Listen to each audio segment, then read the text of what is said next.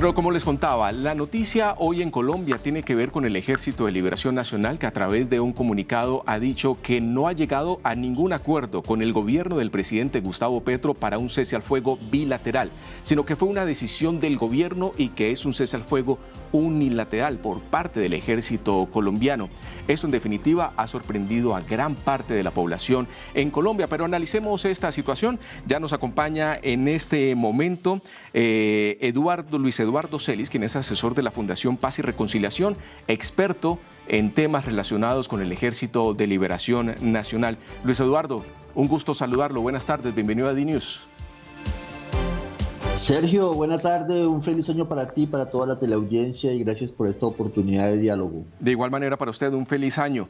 Coméntenos, ¿nos ha sorprendido la situación del ELN en este comunicado? ¿A usted como experto también le sorprende esta posición?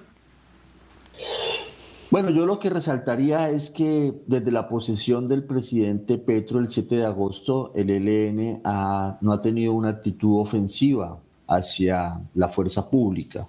Si miramos las estadísticas, por ejemplo, en la región del Catatumbo, que es frontera con Venezuela, durante el gobierno del presidente Iván Duque, o sea, entre el 18 y el 22, antes del 7 de agosto, más o menos cada 20 días era herido o muerto un soldado por francotiradores en acciones del ELN. Eso no ha ocurrido en estos meses del 7 de agosto para acá.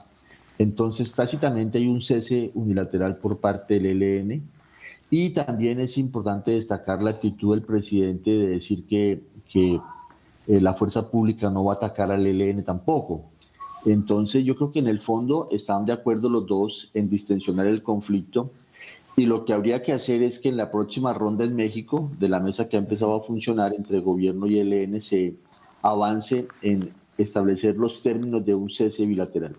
Y es que justamente así lo ha dado a conocer el Ejército de Liberación Nacional en su comunicado, que esto es un tema que se debe analizar en el segundo ciclo, que como usted lo dice, iniciará ahora en este mes de enero en México. Pero si hablamos que hay un cese unilateral, si hay un cese por ambas partes, ¿por qué no aceptar el decreto del gobierno donde sí habla de un cese bilateral? Bueno, estamos hablando de un conflicto muy largo. El ELN va a cumplir este año 59 años de existencia. Hace presencia en 220 municipios. Ha mantenido un proyecto de resistencia armada, donde en la práctica lo que hace es ejercer en la escala que puede como un Estado alterno al Estado colombiano. Entonces no son temas fáciles, no son temas fáciles. Y sumado a eso, que es otro tema delicado, es que en los mismos territorios donde está el ELN hay otras fuerzas irregulares. Entonces yo creo que lo que hay que establecer de común acuerdo es la forma en cómo se va a avanzar en una distensión que le sirva también a las comunidades. Insisto en que de hecho el ELN está en un cese unilateral en la medida en que no ataca a la fuerza pública. Ok, pero sí ha continuado con algunos secuestros que se han ocurrido en los últimos días. Sí, pero a esos militares y miembros de la Armada, fundamentalmente en Arauca, los ha devuelto a la Defensoría del Pueblo y a la Iglesia, o sea, mostrando ese esfuerzo de distensión. Ok, Luis Eduardo, en este momento está reunido el presidente Petro con el ministro del Interior, el alto comisionado para la paz y el ministro de Defensa.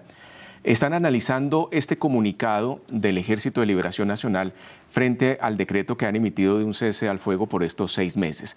¿Qué considera usted que pueda salir ahí? ¿Cuál va a ser la postura del gobierno frente a este comunicado? ¿Qué podemos esperar los colombianos y la audiencia que nos está escuchando y viendo en este momento de la postura del gobierno después de este anuncio del ELN? Bueno, yo creo que tenemos que esperar cómo sale ese pronunciamiento. Lo que yo creo es que el gobierno del presidente Petro tiene una decisión de paz total. Tiene grandes coincidencias con el ELN. A ambos los anima una Colombia con transformaciones y con cambios y con una amplia participación de la sociedad colombiana. Esas grandes identidades es lo que hace que este proceso tenga todo para salir bien en este cuatrenio del gobierno.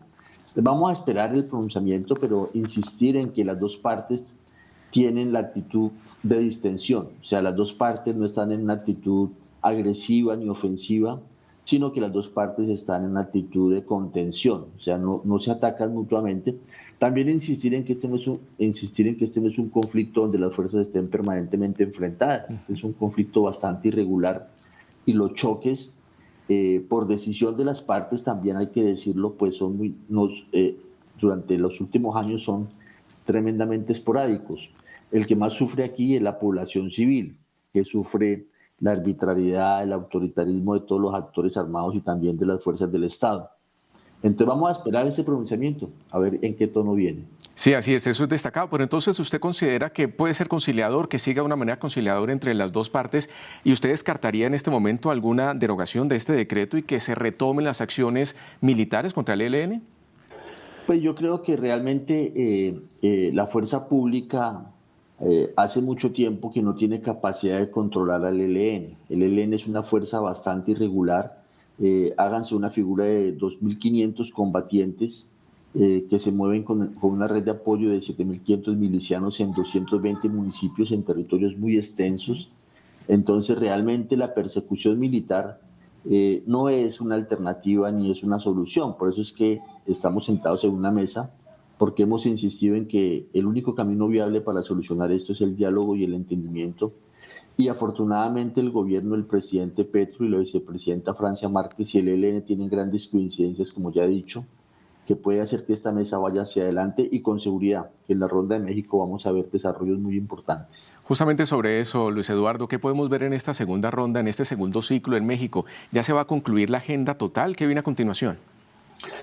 Bueno, yo creo que las dos partes ya lo han anunciado. En la Ronda de México van a terminar de perfeccionar la agenda, que insistir en que es la agenda que se construyó durante el gobierno del presidente Santos con el ELN, una agenda centrada en participación y transformaciones. Una vez ajustada la agenda, yo creo que habría que las dos partes, espero yo, puedan avanzar de manera muy significativa en el proceso de participación, o sea, cuál es la oferta de participación que ambas partes, gobierno y ELN, y siempre hay que insistir en esto. Este es un proceso de dos partes, gobierno y ELN, con participación de la sociedad. Entonces yo espero que en la Ronda de México salga un muy buen diseño de participación. En resumidas cuentas, Luis Eduardo, lo que podemos decir acá es que es más un movimiento mediático estas declaraciones del ELN que no vayan a causar un quiebre dentro de las negociaciones y que el cese al fuego realmente se haga realidad durante estos 6 meses.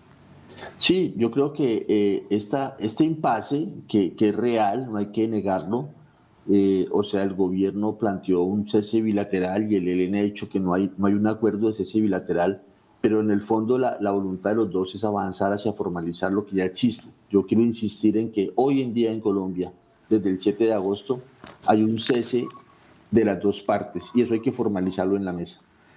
Pues Luis Eduardo, me quedo con su optimismo.